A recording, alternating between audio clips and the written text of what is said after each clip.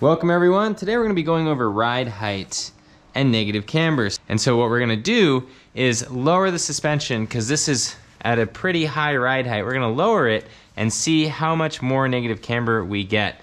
And the reason I ran it at this ride height was because this is a very streetable ride height, and I wanted to see how the car would do on the racetrack at this ride height with the camber maxed out. I can show you how much negative camber I got. 1.3 degrees of negative camber on this side. Same over here, 1.3 negative. The front ones are both hanging out right at about negative 1.3 degrees of camber. And you can see that we just destroyed the outer edge of this tire. It's still able to be used, but we need to be careful with it. We need to rotate the tires around and get more negative camber up front. So right now what we're gonna do is drop the car down and then measure the negative camber again, and then we'll adjust our toe. All right, so here we are with the Öhlins dampers, and these come set with this height setting at 109 millimeters, and Öhlins says that I can lower it another 15 millimeters. So 109 minus 15 is 94. So right now we're gonna verify what this is currently, and then we're going to lower the shock down. All right, so we're measuring this, and we are at right at 109. So it's exactly what we had it set before. We're gonna lower this down 15 millimeters. So I'm gonna take my shock wrench, and all I need to do is loosen the lower perch right here. So we put our shock wrench on, and then we loosen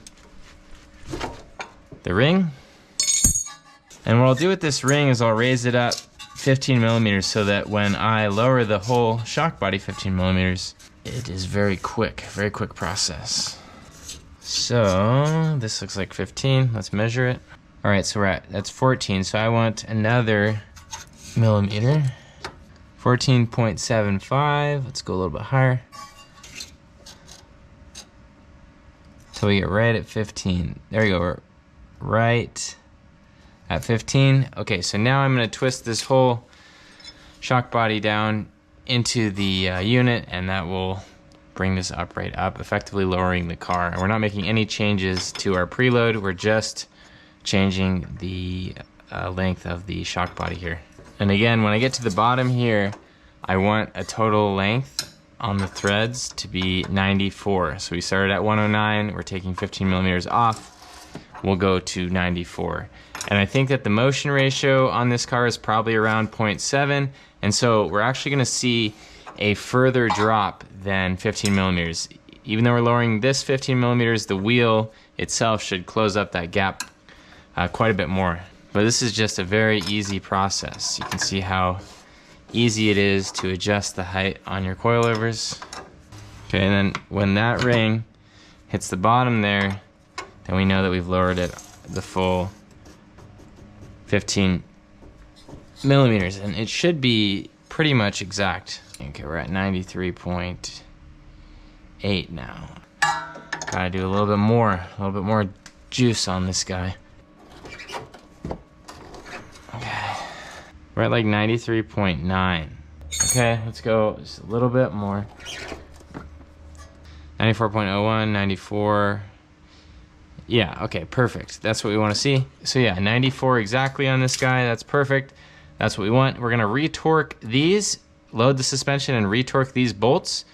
It's very important to do that when you make ride height adjustment changes. And then we're gonna measure the toe on this after we put it on the ground and see if the toe shifted. But we want 0 toe in the front.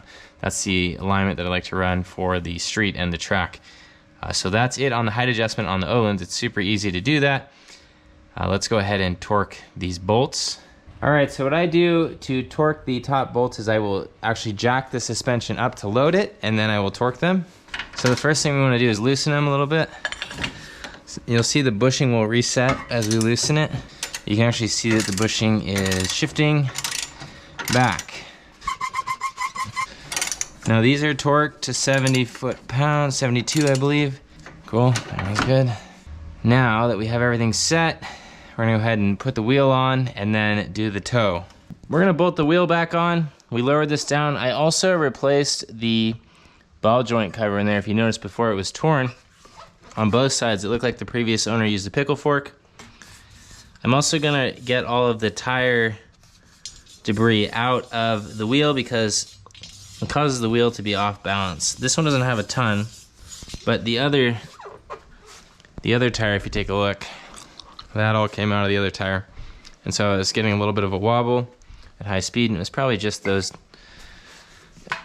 tire remnants. This tire was on the inside of the track most of the time because we were running clockwise, and so this is the passenger side. Didn't get worn that much, but again, could benefit from negative camber. You can see the wear pattern on it isn't ideal, and so yeah, not too bad. When we rotate these around, we'll probably get a few more track days out of this whole set. Let's bolt this tire on. The other thing I want to do is check the trueness of the wheel.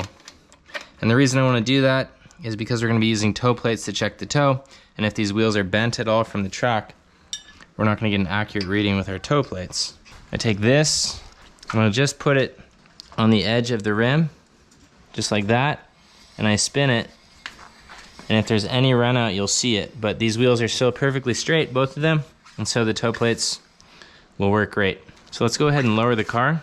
All right, let's see how this thing sits now. Drop it down. A little bit lower in the front, which is what we wanted. We want a slight rake with the Miata. So this is perfect.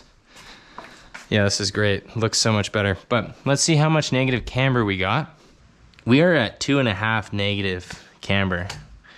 So we got almost a full degree. We lowered it about 1 inch. The answer to the video now is you gain about 1 degree of negative camber with every inch of lowering. And that is the rule of thumb that I've heard, so that is actually accurate. We just verified that. We're gonna roll the car back and forth to settle the suspension, throw on the toe plates, and see what sort of toe we are working with now.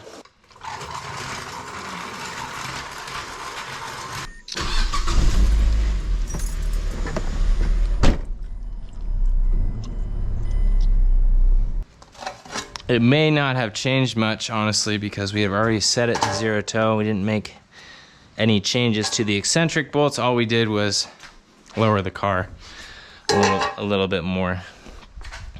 So we may have a little bit of toe out, but not a huge change. This needs to be centered on the wheel, and then about 2/16 toe out. So I do want to change that. What we want is equal measurements on both of these. So this is right at 73.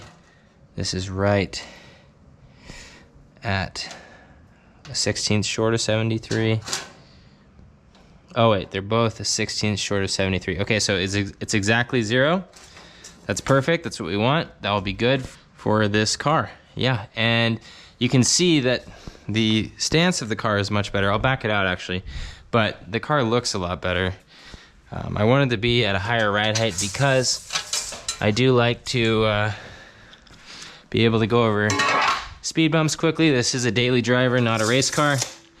And so I'm kind of bummed about lowering it like this, but also kind of excited because I just gotta show you this. It looks a million times better.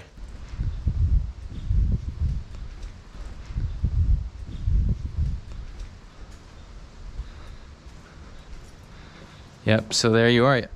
So it turns out that we gained about 1 degree of camber for lowering it that much. Look at how much these tires stick out. They're just very aggressive. Those are very large tires. They're just sticking out of the fenders. So this is gonna be a ton of fun. I already could feel more responsive turn-in with the extra camber. So I should have done that to start, but we're gonna go back to the track and see what kind of difference small things like this make. So now I have to clean all this crap up. That is all I have for you guys. Thank you for watching. Make sure that you enjoy your car.